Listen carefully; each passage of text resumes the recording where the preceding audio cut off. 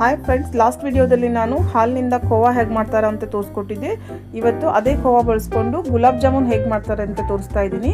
ನಾನಿಲ್ಲಿ ಮೊದಲೇದಾಗಿ ಪಾಕ ಮಾಡ್ಕೊತಿದ್ದೀನಿ. 2 ಕಪ್ ಸಕ್ಕರೆ ತೊಗೊಂಡಿದ್ದೀನಿ, ಅದಕ್ಕೆ ಸಮಾನವಾಗಿ 2 ಕಪ್ ನೀರು ಹಾಕ್ಕೊಂಡಿದ್ದೀನಿ. ಇದನ್ನು ಮೀಡಿಯಮ್ ಊರಿನಲ್ಲಿ 10 ನಿಮಿಷ ಕುದಿಸ್ಕೋಬೇಕು. ಮುಟ್ಟು ನೋಡಿದ್ರೆ ಅದು ಎಣ್ಣೆ ಥರ ಫೀಲ್ ಆಗಬೇಕು, ಎಳೆ ಬರಬಾರ್ದು.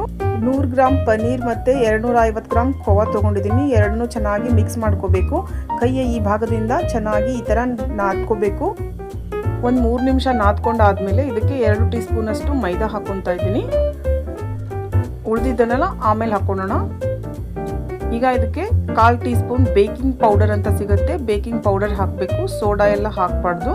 ಇವಾಗ ಇದನ್ನು ಮತ್ತೆ ಚೆನ್ನಾಗಿ ಒಂದು 2-3 ನಿಮಿಷ ನಾದ್ಕೋಬೇಕು. ಇವಾಗ ಮತ್ತೆ ನಾನು 2 ಟೀ ಸ್ಪೂನಷ್ಟು ಮೈದಾ ಹಾಕ್ಕೊತಾ ಇದ್ದೀನಿ. ನಾನಿಲ್ಲಿ ಟೋಟಲ್ ಆಗಿ 4 ಟೀ ಸ್ಪೂನಷ್ಟು ಮೈದಾ ಉಪಯೋಗ ಮಾಡಿದ್ದೀನಿ.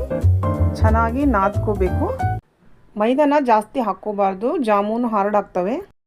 ಇವಾಗ ಸ್ವಲ್ಪ ಕೈಗೆ ತುಪ್ಪ ಸವರ್ಕೊಂಡು ಉಂಡೆ ಕಟ್ಕೋಬೇಕು. ಉಂಡೆ ಕಟ್ಟುವಾಗ ಕ್ರ್ಯಾಕ್ಸ್ ಬರಬಾರ್ದು. ಕ್ರ್ಯಾಕ್ಸ್ ಬಂದರೆ ಇನ್ನೊಂದು ಸತಿ ನೀವು ಚೆನ್ನಾಗಿ ಹಿಟ್ಟನ್ನು ನಾದ್ಕೊಳ್ಳಿ, ಇಲ್ಲದಿದ್ದರೆ ಜಾಮೂನು ಒಡೆದೋಗ್ತವೆ. ಸತಿ ಎಣ್ಣೆ ಚೆನ್ನಾಗಿ ಕಾದ ನಂತರ ಫ್ಲೇಮ್ನ ಲೋ ಮಾಡಿಕೊಂಡು ಉಂಡೆನ ಈ ರೀತಿ ಫ್ರೈ ಮಾಡ್ಕೋಬೇಕು. ಮೇಲಿಂದ ಸ್ವಲ್ಪ ಎಣ್ಣೆ ಹಾಕ್ಕೊಂಡು ಈ ರೀತಿ ಕೈ ಆಡಿಸ್ತಾ ಸ್ಪೂನಿಂದ ಫ್ರೈ ಮಾಡ್ಕೋಬೇಕು. ಇದು ಒಂದು 5 ನಿಮಿಷ ಹಿಡಿಯುತ್ತೆ ನಿಮಗೆ ಲೋ ಫ್ಲೇಮಲ್ಲಿ. ಇವಾಗ ನಾನು ಜಾಮೂನನ್ನು ಪಾಕದಲ್ಲಿ ಹಾಕ್ಕೊತಾ ಇದ್ದೀನಿ. ಇದನ್ನು ನೀವು ಒಂದು 4-5 ಗಂಟೆ ಹಾಗೆ ಬಿಟ್ಬಿಡಬೇಕು, ಅಂದರೆ ಚೆನ್ನಾಗಿ ಪಾಕ ಎಲ್ಲ ಎಳ್ಕೊಳ್ತವೆ. ನಾನು ನಿಮಗೆ ತೋರಿಸ್ತಾ ಇದ್ದೀನಿ ಕಟ್ ಮಾಡಿ.